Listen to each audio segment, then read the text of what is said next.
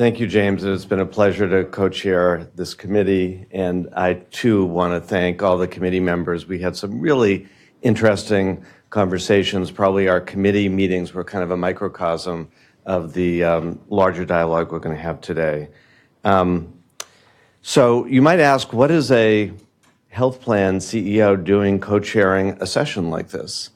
And it's actually fairly obvious to me, but maybe less so to you. So first of all, both these issues, addiction and care for people with serious illness, have been personal issues in my life. I've had family members who have struggled with addiction, and probably like everyone in the room, have family members who have dealt with serious illness, and I've been at their bedside during that and seen the issues and conflicts that arise. But these are also big priorities for my organization, for Blue Cross Blue Shield of Massachusetts. Massachusetts, as James said, is one of the states, like New England in general, that has been very hard hit by the opioid epidemic. There are 5 people dying every day of overdoses in Massachusetts, and while we've started to reverse the trend a little bit, it's still a deep and troubling issue. My plan, Blue Cross Blue Shield of Massachusetts, was one of the first in the country back in 2012 to try to start to change the culture of opioid prescribing when there were few medical policies in this area, and some of our early policies were actually modeled by others and eventually adopted and endorsed by the CDC. And we'll come back to that because I know some of those policies have created challenges for clinicians and patients. But we also looked holistically and more broadly at issues around the opioid epidemic and addiction, seeing what we could do by removing cost sharing and other administrative barriers to treatments for opioid addiction, bringing Narcan toolkits right to our employer customers, and we now stock them on the floors of Blue Cross, treating them just like defibrillators and other life-saving equipment. We've also made a very public commitment at the same time as we focused on that to improving care for people facing serious illness. We've done this in many ways through partnerships with our clinicians, through changes in our benefits and payments, and through a thriving statewide coalition that we're a centerpiece of. And if you think about it, in truth, these two issues share many similarities. Both have suffered from being outside of the mainstream of medical treatment. Both are influenced highly by the social circumstances of patients, by the family dynamics with families, and both are influenced often by emotional and behavioral health issues of patients and families.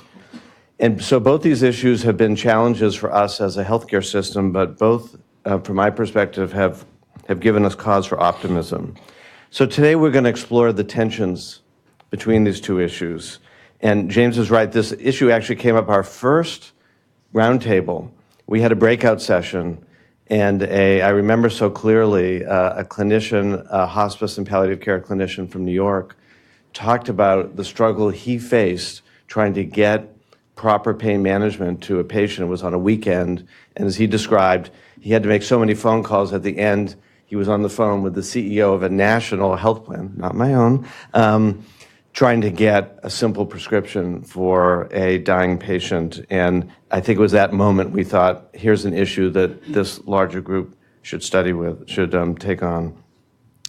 So how are we going to begin this session? We struggled with this a little bit. We thought we want to start right by talking about the opioid epidemic. And some of our planning members said, do we really need to do that? This is in the media every single day. Don't we know enough so far about the opioid epidemic? And I think our response was no, that we need to be reminded about the impact this has, especially on patients and families.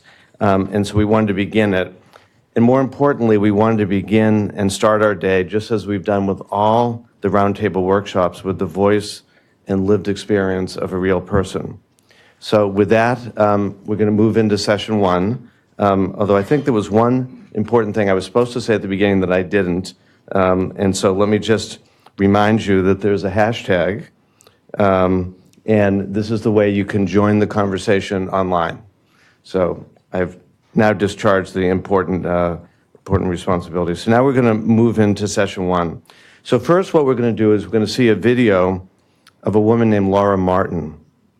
Laura is the substance use prevention coordinator for the city of Quincy, which is right south of Boston. She's a former assistant district attorney and has experienced the tragedy of opioid addiction within her own family.